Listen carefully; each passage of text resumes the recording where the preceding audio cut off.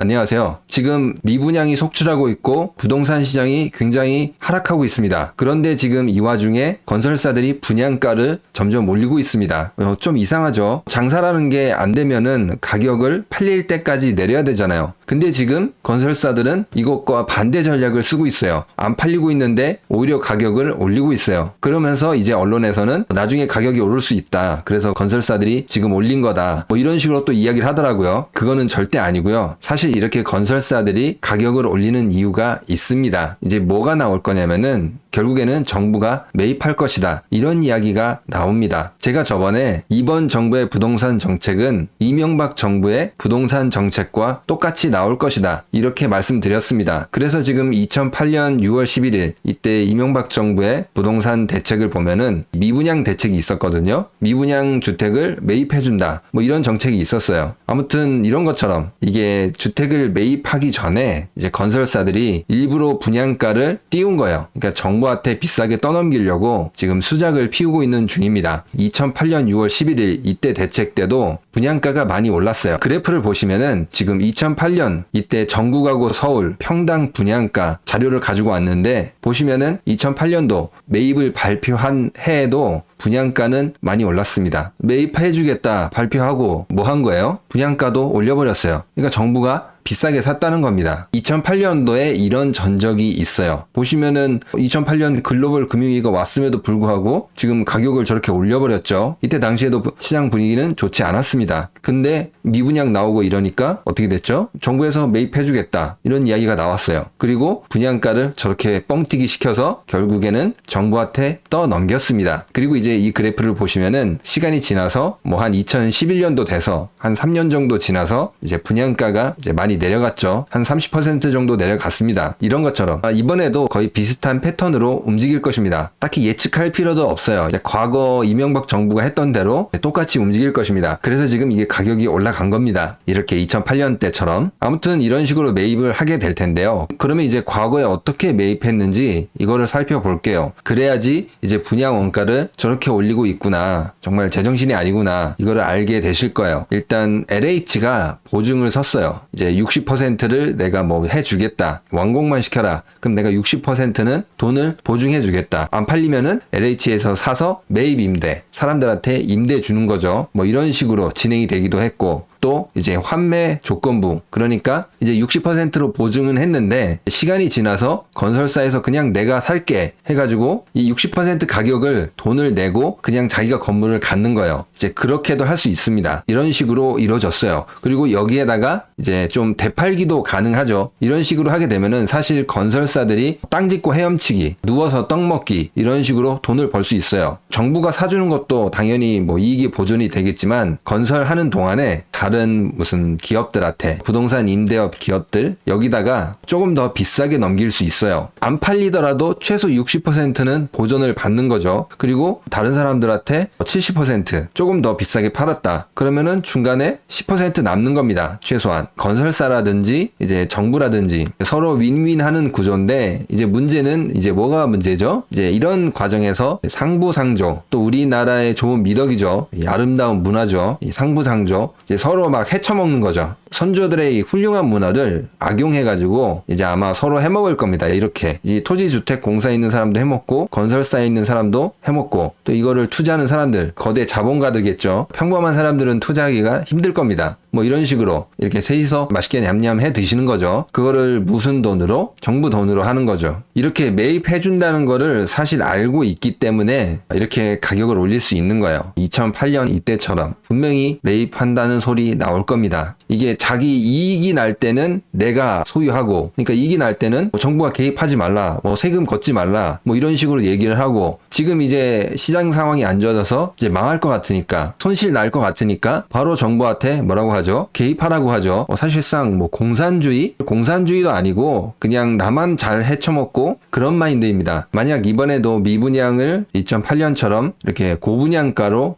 매입을 해준다고 하면은 이거는 진짜 시장 질서를 심각하게 파괴하는 행위입니다. 그리고 우리가 지금 얼마나 고통받고 있습니까? 지금 서민들의 호주머니 상황은 점점 안 좋아지고 있는데 이렇게 건설사들만 도와주려고 하는 건지 정부에서 매입해주지 말고 시장에서 자동으로 정화되고 망할 기업들은 망해서 좀 사라지고 정리가 돼야 되는데 그렇지 못하고 또 이제 이런 고질병들이 계속 이어질 것 같습니다. 가격이 많이 떨어져야지 부동산이 폭락해야지 어떻게 보면은 젊은 사람들도 주거 부담이 줄어들고 결혼도 쉽게 하고 아이도 좀 쉽게 낳을 수 있고 여러 면에서 이제 좋은 면도 있는데 지금 이렇게 하는 거는 건설사들만 배불려 주는 것입니다. 아무튼 오늘은 이 부동산 분양 원가가 상승하고 있는 이유, 이 꼼수에 대해서 한번 알아보았습니다. 전 국민들이 호구가 되고 있는데 정신을 차려서 이런 호구에서 빨리 탈출해야 될 것 같습니다. 오늘 영상은 여기까지 하도록 하겠습니다. 그러면 구독과 좋아요, 알람 설정, 그리고 응원의 댓글은 영상을 만드는데 많은 힘이 됩니다. 감사합니다.